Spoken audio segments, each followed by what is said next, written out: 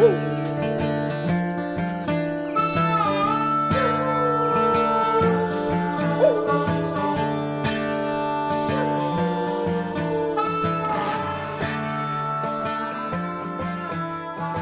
everybody, welcome to episode 21 of the Go Get Outside podcast. This is your host, Jason Milligan.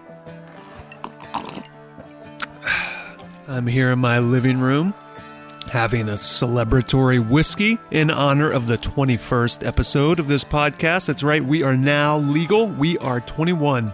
On today's show, we have Kristina Frost. That's right, Kristina Frost. Her name sounds like she's a superhero. Or a villain, one or the other. I'll let you decide. We talk today to overachiever Kristina Frost, who grew up in Michigan. Now she lives in San Francisco working at an undisclosed tech company. I'm sure you won't have a very hard time figuring out which one it is. She was once the assistant director of the University of Michigan's Outdoor Adventure Program. She is the founder of Essential Explorer, and she is a budding filmmaker, and that is why she is an overachiever. She does, all of those things. We are now in 2016, so last summer, back in the ancient time of 2015, while I was traveling all over the western United States, I met up with her in San Francisco at her office. We talked about a bunch of stuff, so let's go listen to Kristina talk about her outdoor history, her experience making her first film, getting into fly fishing, and how to handle a windless kite-skiing trip.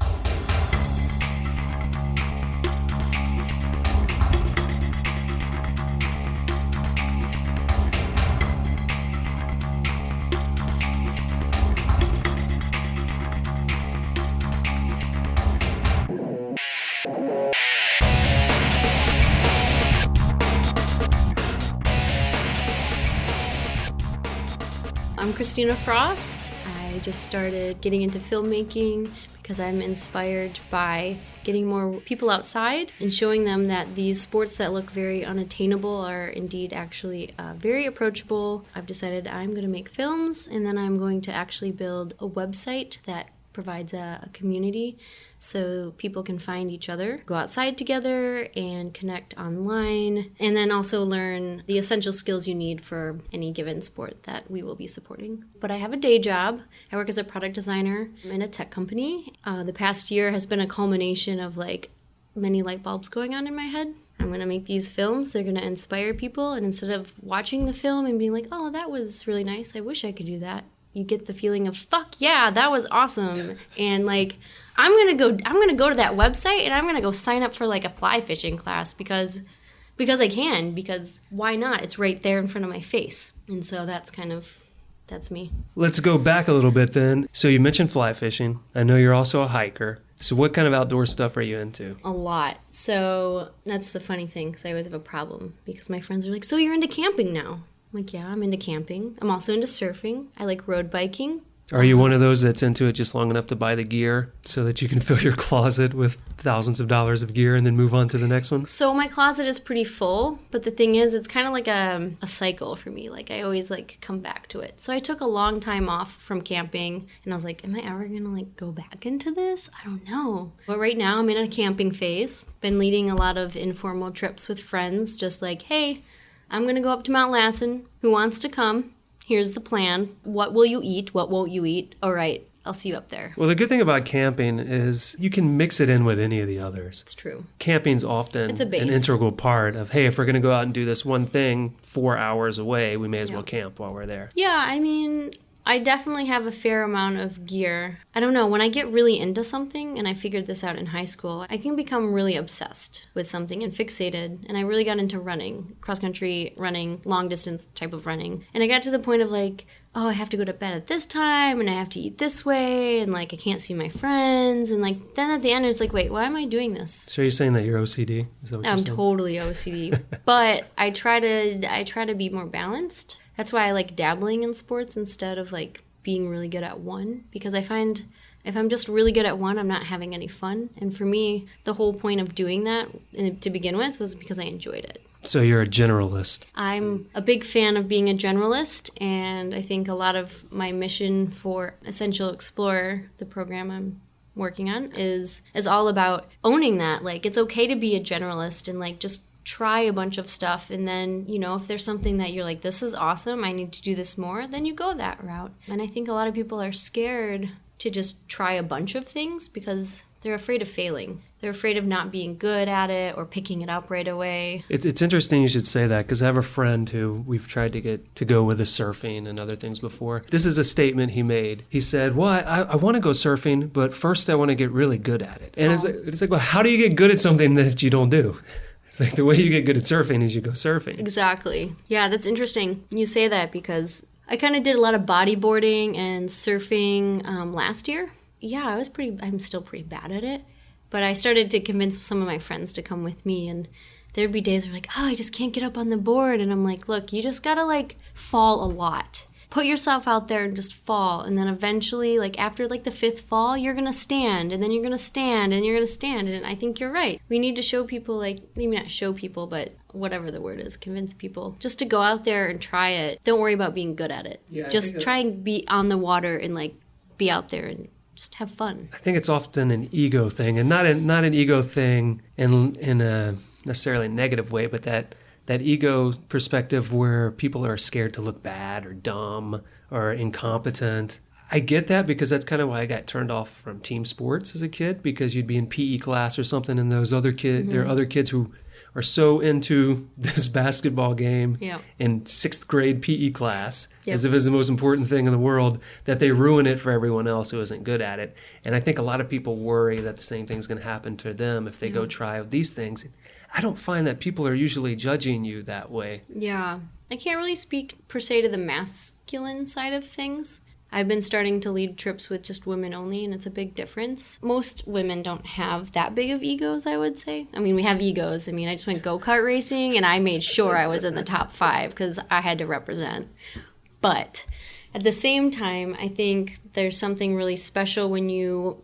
And I think it's around expectations and setting them, like actually talking about expectations of like, hey, we're going to go surfing today. You know, some of us are like, have never gone before. Why don't you make it a goal of like, everyone has like a really small goal that they have to attain. And it's not standing on a board and surfing. It's more like, hey, like, let's practice like actually catching the wave, you know? And then, you know, maybe if you've caught a few waves, then you try to stand up. I think really setting expectations and being like, hey, it's okay if you don't pick it up right away, because we all learn at different speeds and we all learn differently. This is the thing about surfing too. If you haven't done it before, just hanging out in the water on the board with buddies yakking and occasionally trying to catch a wave is pretty entertaining by itself. It's kind of nice, water feels good, sun's out.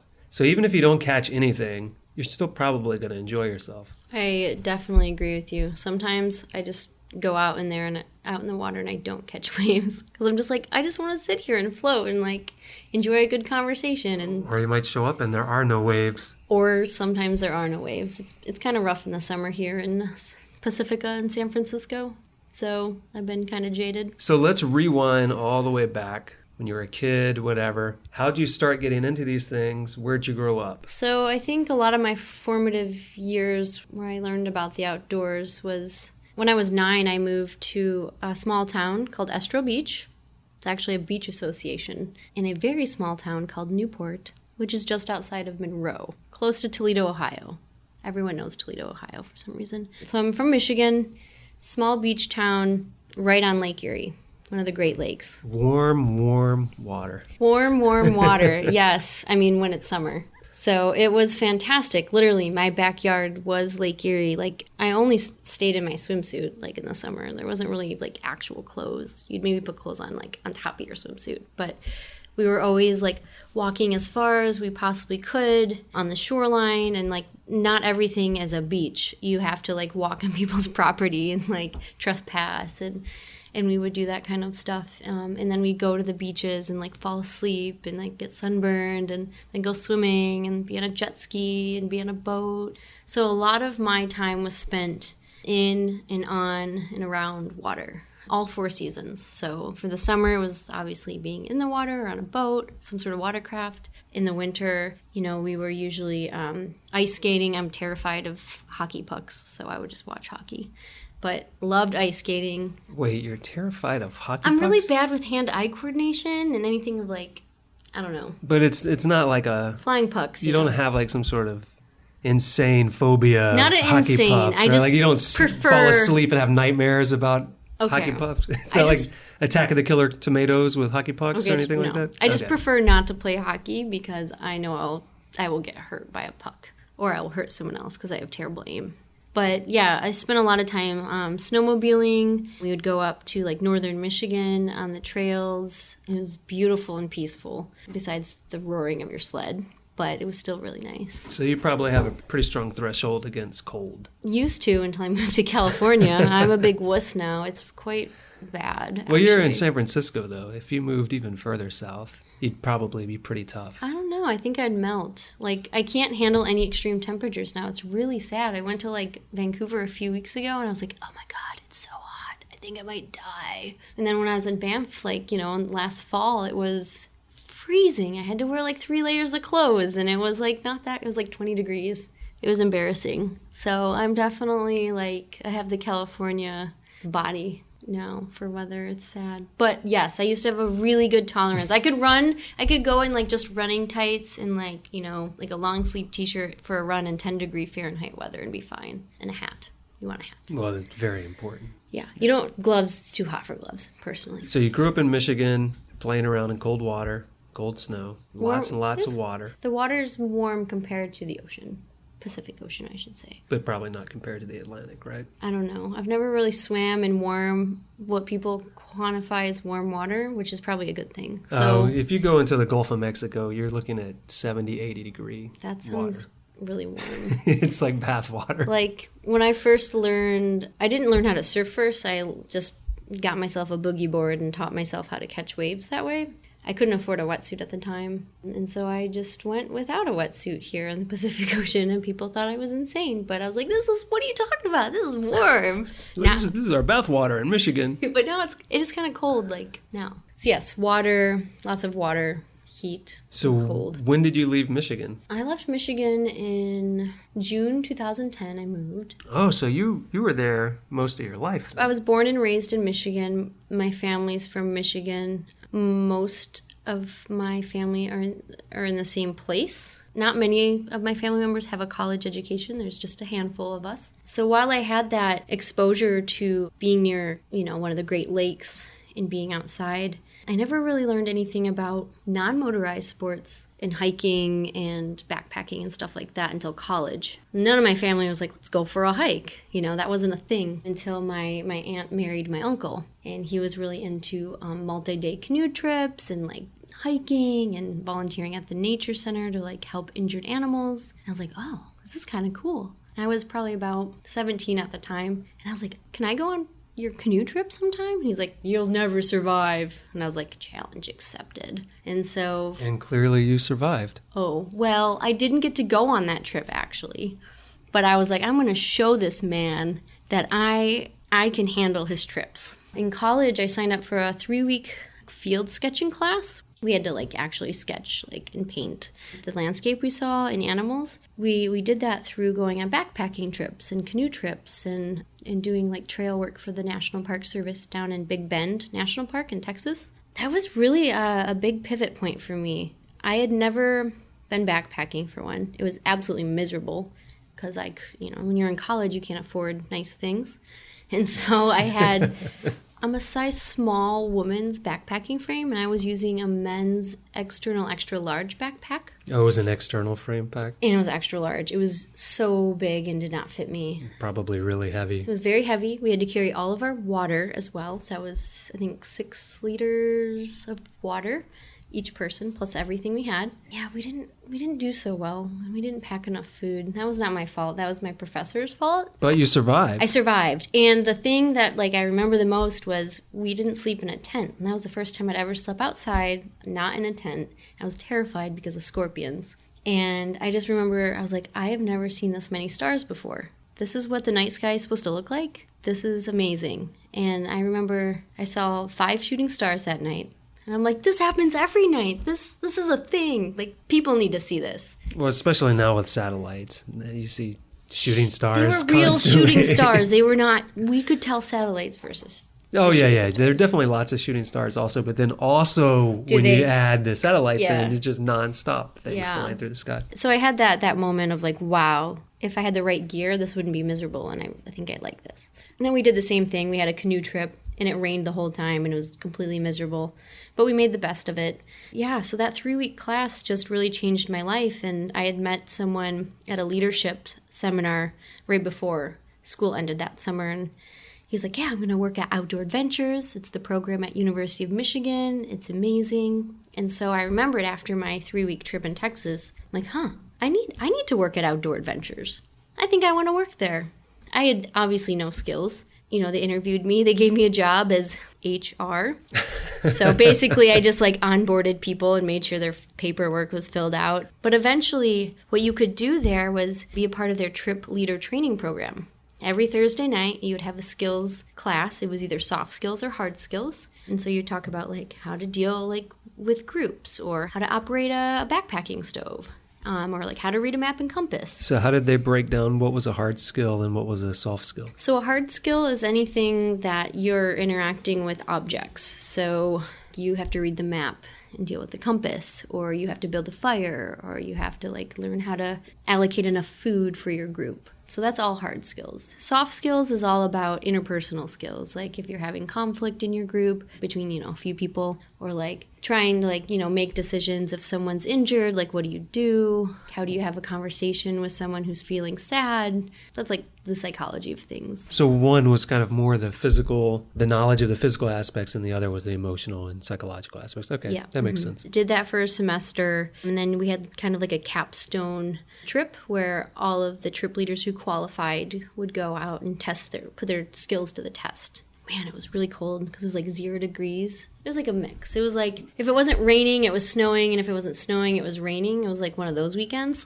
But yeah, we had to sit like under a tarp and like talk about all this stuff and like prove our skills. Did you have to talk about your feelings and play drums and things like that? No drums. Maybe a little bit of feelings. I just remember like I was so cold and miserable, and I was like, I have 2 choices. Kristina, you have 2 choices right now. You can be pouty and cold, or you can make the best of this situation and like run around and get warm and like just deal with it. I've had that exact same moment on a 6-day backpacking trip a few years back in Canada, where we were hit with nonstop rain. We were wet for days straight. And I had to have that same click moment, which was you can either accept all of this and find a way to enjoy it, or you can make it worse by wallowing in it. And that made a huge difference. It does, especially when you're a trip leader. Actually, my first trip I led was awful. If you think about like everything that went wrong. Did everybody live? Everyone lived. A deer almost... That's a success. Almost did not. Almost is fine. Almost doesn't count as long as they survive. It was close. One of the vans crashed into a snowbank because a deer was like racing us, essentially. Yeah, it was pretty bad. But that was only one out of many things. Like, we wanted to go kite-skiing, so I had this grand idea. I'm like, let's go kite-skiing. We haven't led a kite-skiing trip here at Outdoor Adventures. Had you done kite-skiing before? No, never done kite-skiing. Did you have any idea how to do kite-skiing? No, I've never even been on skis before. Well, it's funny because so I remember, I think it was like maybe that week or like within that month, I had to learn and then teach people how to cross-country ski. And I had no clue I never even like held a cross-country ski, let alone put them on my feet. That's probably a pretty good way, though, because I find personally a way to get really good at something is to show other people how to do it. It's true. If you can teach something, it really helps you. It's just unfortunate if what you're teaching is incorrect. Yeah. Luckily, it worked out. I watched a lot of YouTube videos. I probably took about 15 pages of notes between like how to cross-country ski. And you're OCD, so you're probably very, very detail-oriented. Very. I mean, I went to the University of Michigan. We're kind of, we're high achievers there. We don't slack off. We cry if we get bad grades. And I have gotten bad grades, and I cried a lot. But yes, we are very detail-oriented, and I took many notes. But anyway, yeah, like it really helped. And then I had the kite-skiing trip as my first one. There was no wind. I just remember calling My manager was like, just, make sure, like, what if there's no wind? Like, come up with a plan B. And so I called, our outfitters in northern Michigan. I'm like, look, like, what if there's no wind? He's like, there's always wind. Lesson number 1, don't ever listen to these people because you can't predict the weather. So anyways, we get up there. Hey, there are people that get paid to predict the weather. They don't necessarily do it, but they still get paid to do it. I'm not going to comment on that. I'm not going to take a stance on meteorologists right now. But yeah, there was no wind. I think it worked out. We still kite skied around. It was a really cool lake because people were ice fishing. And most of the participants on my trip had never seen ice fishing. And I've seen ice fishing from Lake Erie, but I've never went that close. Like I'm too afraid to go on the Great Lake. I'm not that crazy. But it was really cool because participants could go up and talk to the ice fishermen. There was curling, so we got to watch a curling contest with those big heavy things that they slide around the ice. Yeah, I have no idea what they're called. They look like irons. Yeah, I felt like we were in Canada. It was pretty cool. Did you see a moose? No moose. Okay. Just that deer that tried to kill us. But yeah, everything went wrong. But so there was no wind, and then they did tell me about these ice caves. We kind of did everything very impromptu, and we just had a positive attitude. And thank God we had that positive attitude because we were leading 10 people, and if we were in a bad mood, then their mood would also be bad. And it just takes one person to be negative to bring down the whole group. Yep. And so despite everything going wrong, I'm not going to go into it because that's a 3-hour story. We all had a really good time. Some of us, it was so cold, it was negative 15 Fahrenheit. We thought that we could get the fire going and it'd be warm enough, but we never got the fire really roaring. My fire building skills they weren't that good back then. They're better now. It was very cold. And people were miserable, and I was like, all right, this is not cool. I need to get these people happy and warm. At one point, 2 of us stayed in the van and listened to NPR, staying warm, because she was almost going to be in hypothermia. Did you have to cut open anyone and slide people inside to warm them from the blood of a fallen enemy or comrade? No, it all worked out. That's good. That's a successful joke there. We chose getting a motel room, shoving a bunch of people in a room, and then anyone else who wanted to still stay in the cabin, we gave them our spare sleeping bags so they would be extra warm. Have you ever gone kite skiing when there was wind? I have never gone kite skiing to this day. But you know all about how to do it. I only know how to cross country ski. So after that kite skiing one, I was like, all right, well, I'm never doing that again. So we decided we led a bunch of cross country ski trips, weekends and day trips and stuff. And I got really good at it, actually. I used to be able to go kind of downhill on cross country skis. And if you would have seen me on my first time on cross country skis going down a hill, I was so bad I would squat down, really squat down 4 inches from the ground and go down the hill.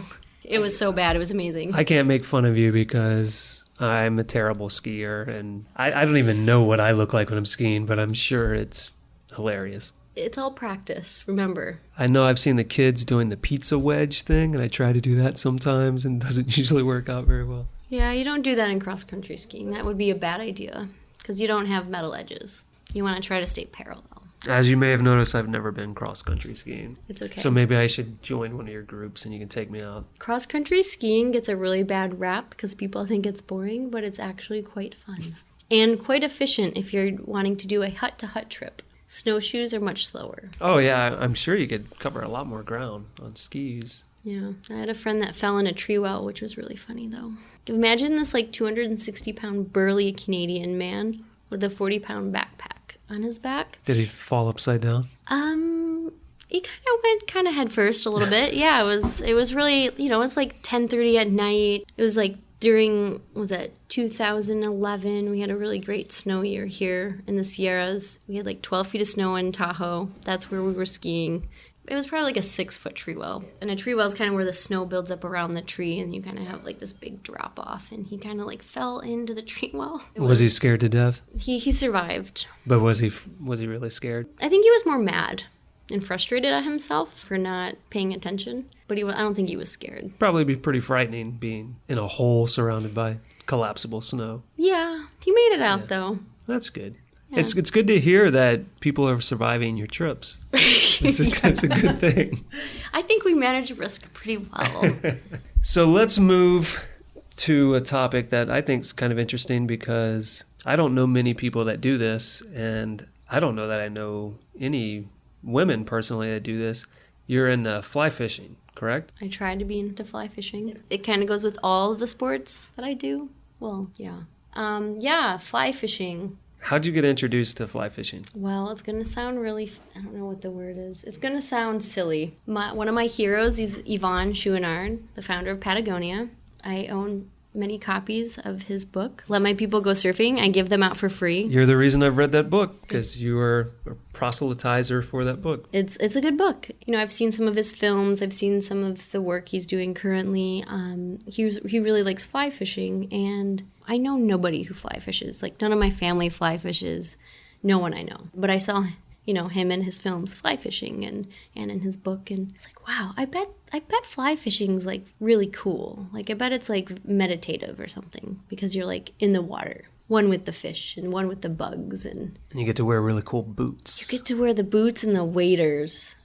I'm really scared of fish hooks, though. So I was like, in theory, this sounds really awesome, but in practice, I'm not sure if I'm going to like this. You may have a hard time catching fish if you don't use fish hooks. Yeah, I'm using fish hooks now. I still don't catch any fish. I have yet to actually catch a fish. So yeah, I saw that. I was inspired by Yvon. I just remember being on a backpacking trip, so I still occasionally lead backpacking trips. My friend has a group called Trail Mavens. It's a women-only group, and any woman who's, I assume, 18 or older can sign up to go on a trip. It's based here in San Francisco.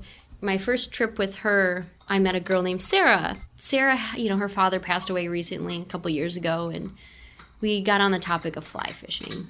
And I was like, yeah, I want to learn how to fly fish, but I have no clue how to go about it. And she's like, yeah, me too. My dad used to fly fish, and now I want to learn.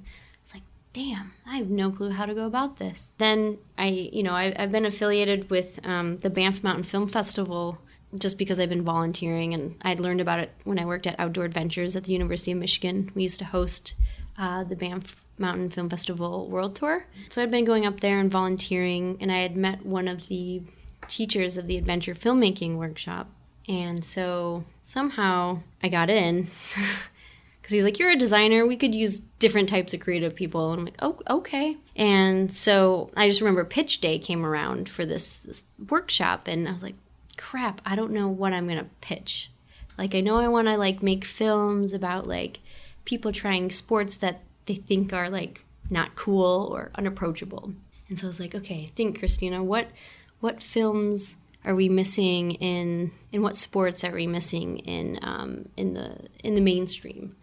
I'm like, okay, well, women don't do road biking or mountain biking. And I was like, oh, right, fly fishing. We had talked about this with my friend Sarah.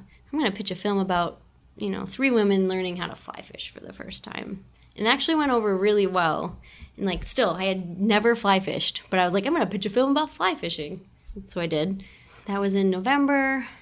I kind of lost some steam and motivation, and then back in probably late February, I'm like, you know what? I'm going to do this. I'm actually going to make a film about fly fishing. It needs to happen.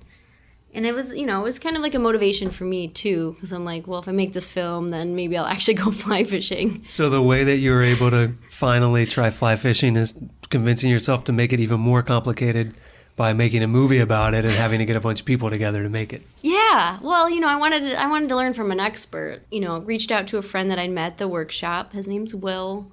He does kayak angling, which means you fish from a kayak. He was like, I'm like, all right, I'm going to make this film. It's going to be about fly fishing. I'm going to get 3 of my friends, and we're going to go fishing, and someone's going to teach us, and we're going to film it, and it's going to be awesome. And he's like, I have someone I'm going to introduce you to who's, is an angler. That's a fisher person. She's a woman, so I can't say fisherman. So you can say fisher woman? They really like she's really adamant about saying angler. All right. So she's an angler. Gender neutral. And so we emailed back and forth, and she's like, look, I'm a kayak angler. I am not a fly fishing person. However, I do know someone. And she's like, I have a different idea for a film. Let me know what you think, because I really want to be a part of it. And so she had pitched the idea of like, let's bring like 3 women together that have different skill sets from the river and have them teach one another those skill sets. And so she brings together the kayak fishing. Susan is a fly fishing guide. And then Samantha was our kayak expedition guide. And that was important to me. I was like, I want it to be like kayak camping and fishing. And that's all I really knew. And I wanted people and women to learn from each other. And so that was like my premise. And I was like, that sounds amazing. Thanks for pitching your idea. Let's go with it. That's really how I started getting into it. And you are finishing this up now, right? Finishing it up, yeah. So we filmed 4 days in June, early June, which was crazy because I've never produced a film or directed or anything besides for the workshop. Correction, you never had. Now you have. That's true. I never had, and now I have. And it was crazy because we really started pre-production in probably early March, and then we filmed in the first weekend of June.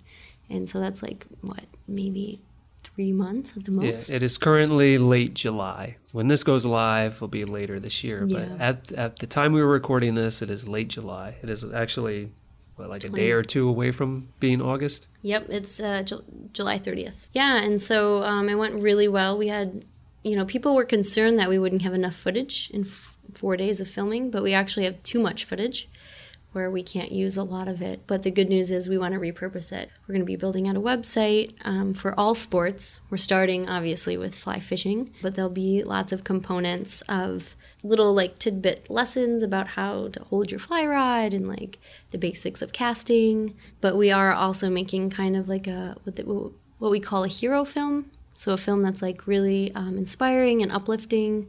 And so that's the film that we're really working hard on right now to kind of showcase these women getting out there, having fun, opening themselves up to new experiences, and also sharing their expertise with one another. Well, did you find that fly fishing ended up being what you romanticized it to be, or do you still not know? Yes. In May, I actually had my first time fly fishing, so right before the film, I had the opportunity to go up to Oregon. I'm part of this Fly Fisher Girls Facebook group. It's really cool because it's just women in fly fishing at all levels. And I was like, hey, I'm coming up for a conference in Portland. I want to go fishing, or I want to meet some women. I just want to talk to you guys, you ladies. And this one woman reached out on Facebook and was like, I'll take you fishing.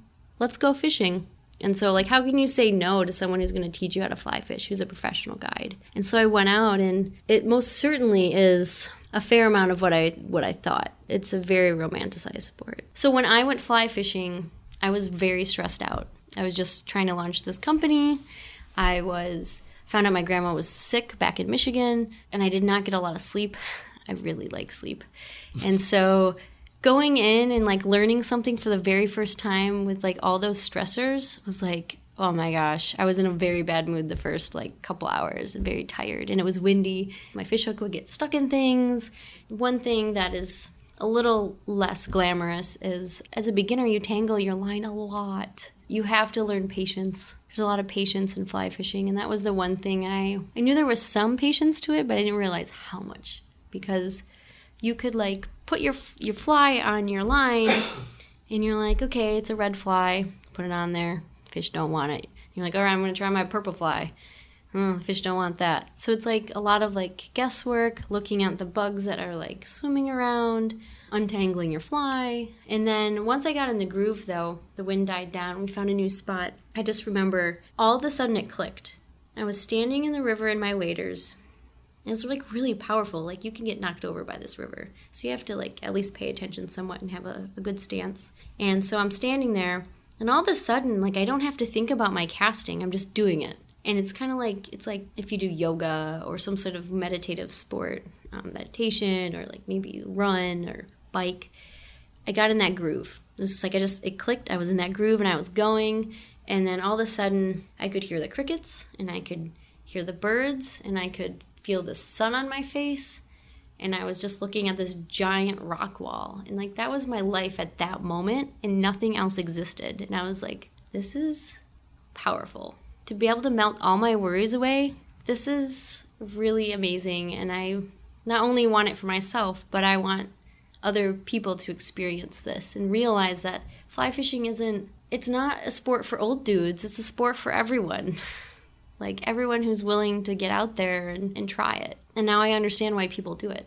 I haven't caught a fish, but when we were filming for the fly fishing film, you know, one of the girls, Samantha, is like absolutely terrified of fish. She's our kayak expedition guide. She's like, I'm not going to touch that fish. When I catch a fish, I'm not touching it. And when we were at the casting pond, we had little itty bitty fish. They were like, I don't know, maybe 6 inches, little, tiny. She would not touch them. I'm imagining her donning like those gloves you put on when you handle radioactive materials. Oh, it was worse than that. She would like hold her fly rod and kind of like run away, and like the fish would drag on the grass. Like it was hilarious. That's seasoning. She was seasoning the fish. It was awesome. But then when she caught her first real fish, all of a sudden, just like I had that epiphany and like that moment where I just clicked, all of a sudden she was like, oh, I caught a fish. Oh my gosh. It was kind of like seeing a baby, like your baby for the first time or something. I don't have a baby, but I just hope imagine. If you have a baby, it's not going to look like a fish. It was a beautiful fish, by the way. But she was like, oh, can I hold it?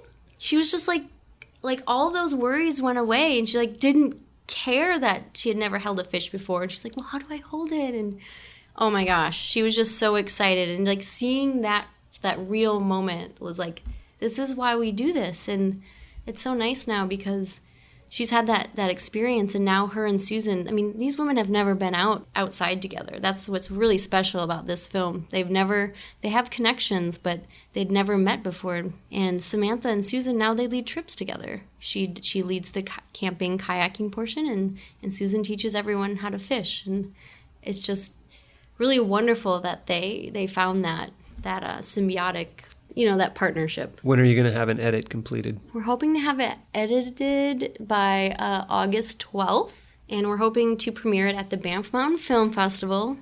Since this is my first film, I can't get my hopes too up, but last year there were 84 films at the 9-day film festival, and only 4 films featured women. We met in the Adventure Filmmakers Workshop last year. That's how we know each other. And they did point out to us that they need more films featuring women because they get so few. Yeah, there aren't many role models in these outdoor adventure films. Like, I really enjoy these crazy films about women, you know, there is one, you know, women like climbing Mount Everest or dragging a sled around Antarctica for months. Like, that's really cool, but a lot of the people that watch these films when on the world tour for Banff, that's not their day job. You know, they're not explorers by trade. They're teachers and engineers and bus drivers, and people have actual like careers. Not everyone can be an explorer, and not everyone wants to be. So a lot of the stuff that I want to do for Banff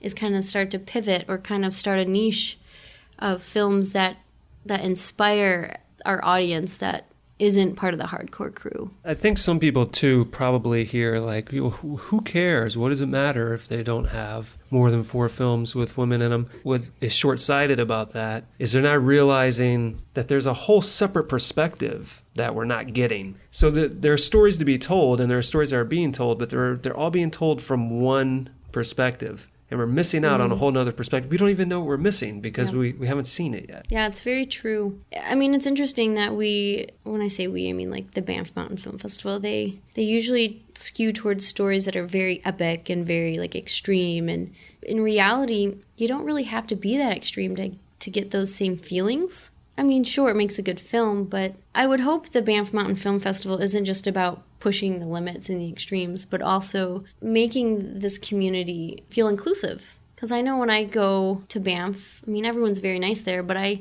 kind of feel not as cool because I'm not a hardcore explorer. I know most of them don't see me that way. But you still feel it. There's a very broad definition of exploration. I think when most people think exploration, they think journey. They think amazing people go to crazy, outlandish, amazing place, and then you follow their path.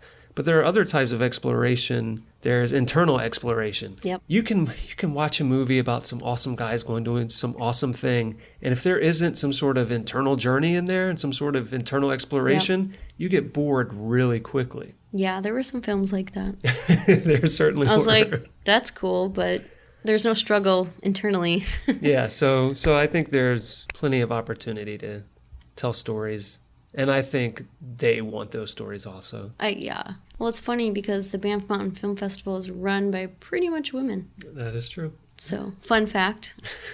And they're amazing women. I love them. So I really hope we do get into the festival, and I hope we can produce more films. It's hard because what I want to do isn't necessarily being a production house. But since there isn't enough inspiration out there to give specifically women a kick in the pants to try these things, I feel like I have to go and invent the wheel right now. I think we're all on a good trajectory. There are a lot of women getting out there and doing films. There's a new film festival called the No Man's Land Film Festival, based in Colorado this year in September. And it's like a mix of films all about women, just women. And it's just so rad that they're doing it, and they're doing it in a very unapologetic way. I don't know, it's just like, we're gonna do this for ourselves, and I'm really glad that people are starting to do that. I went to this event, it was a conference called Structure Event in Portland in May. It's all about like the outdoor apparel industry. The main theme that kept coming back was like, we're being very exclusive. We're only catering our, in designing our stuff for these people that are very extreme in these sports. But if you like open your eyes, there's all these people that want to be a part of this community, and we could be designing stuff for them too. And so it was really nice to hear that. And now you see a lot of outdoor brands that are doing a lot of lifestyle stuff. As a woman, you'll see most women, at least here in California, hiking in yoga pants. And it's not because they don't want hiking pants. It's because hiking pants are fucking ugly. They're ugly.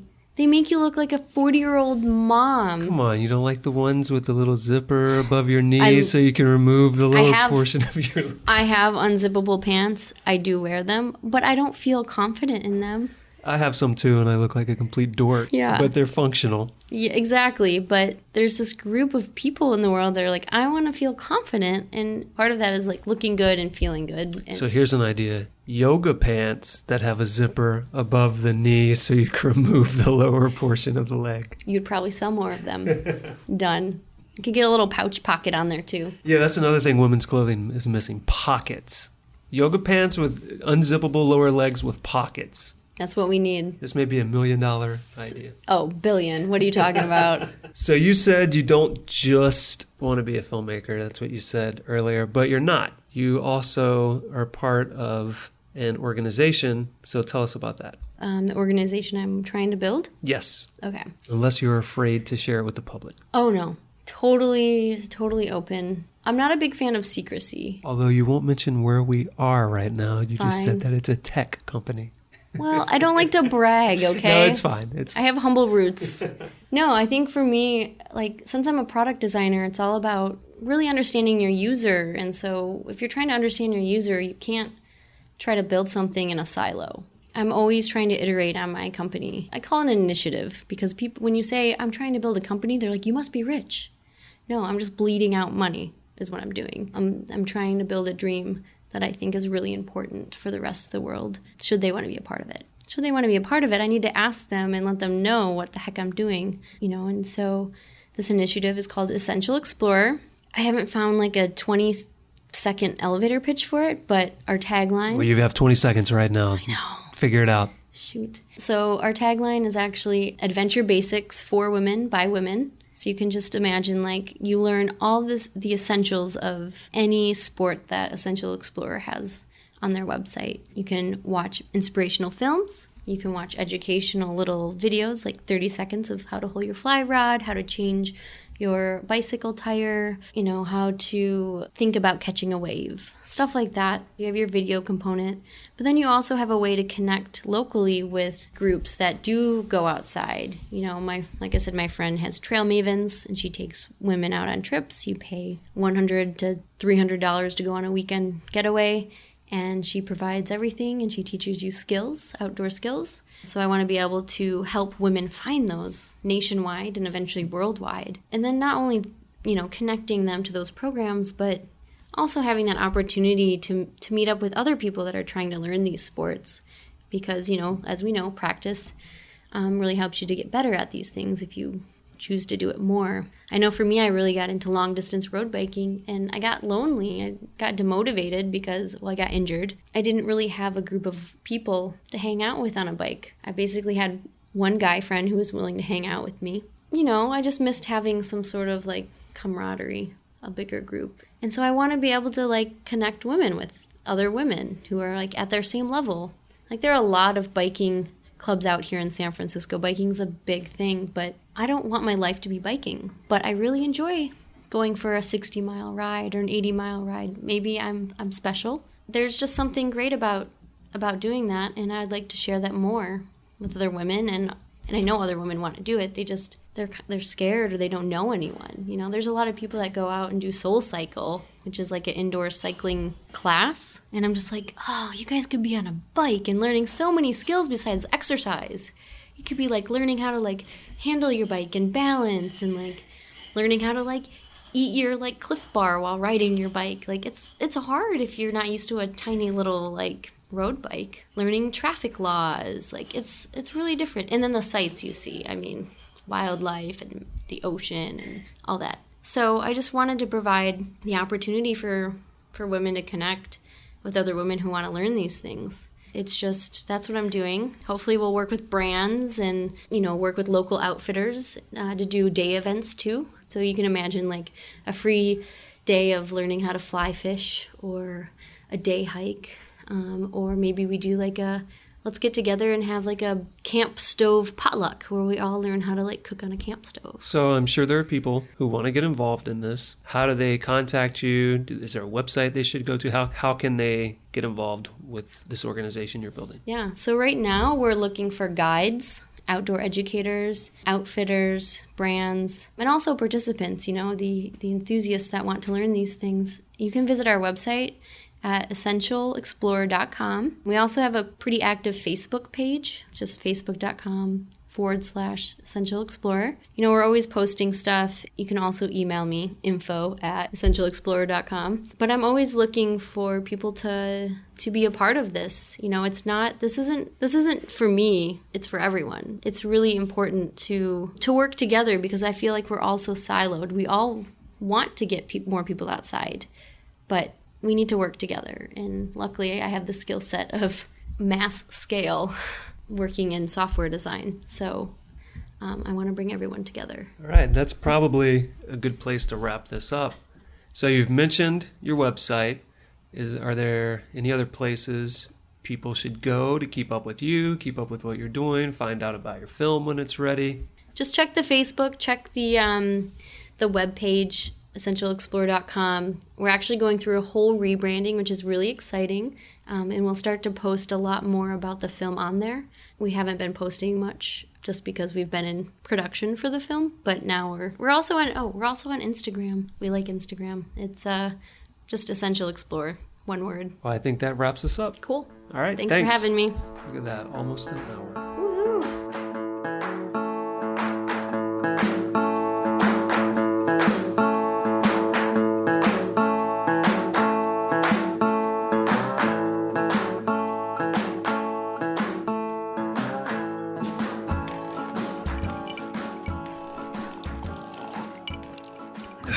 Yeah, that's some good whiskey.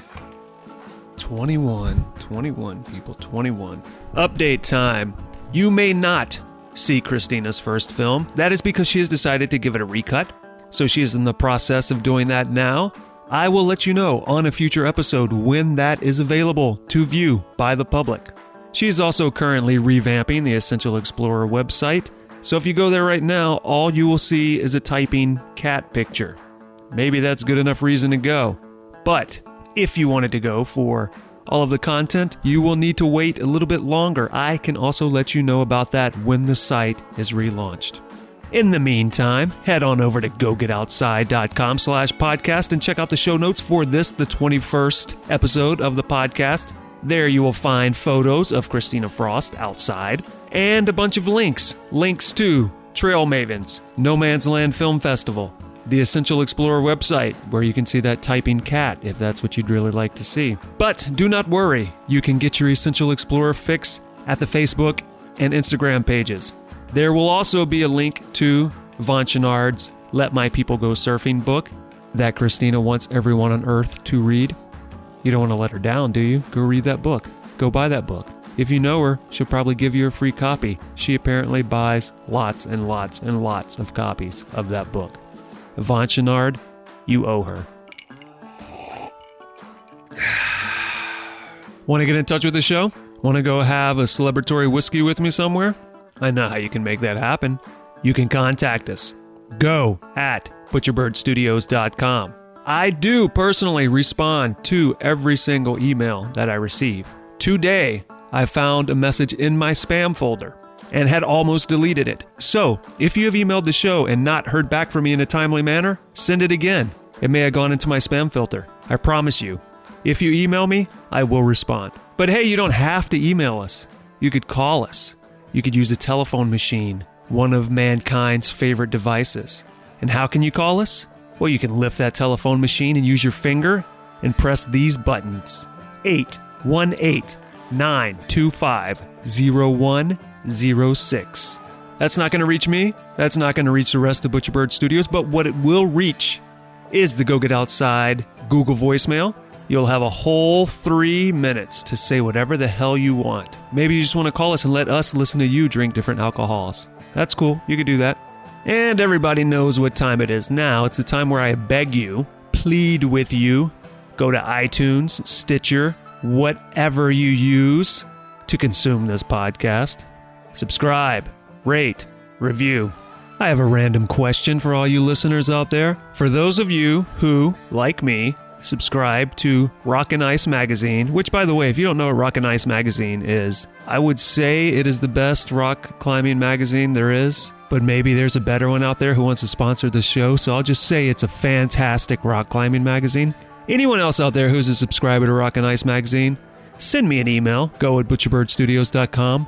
Let me know if you experience the same thing I do. It is rare that I receive an issue in the mail that has not been destroyed. Today, my issue came in. It's in better shape than usual, but it's wet. Sure, it's been raining, but it is way more wet than I expect it to be. Usually it comes in and half the cover's ripped off, or maybe a corner looks like it's been eaten by a dog. I don't know what happens to my Rock and Ice magazine that doesn't happen to my other magazines. But something happens to that magazine in the mail.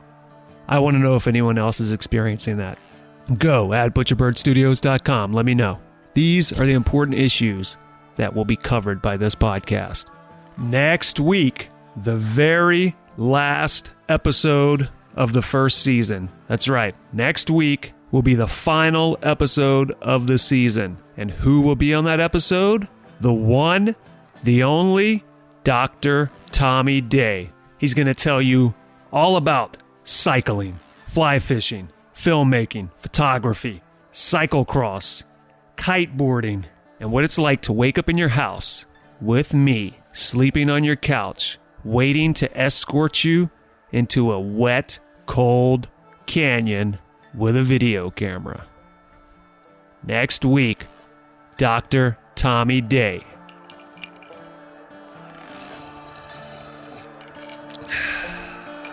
See you then.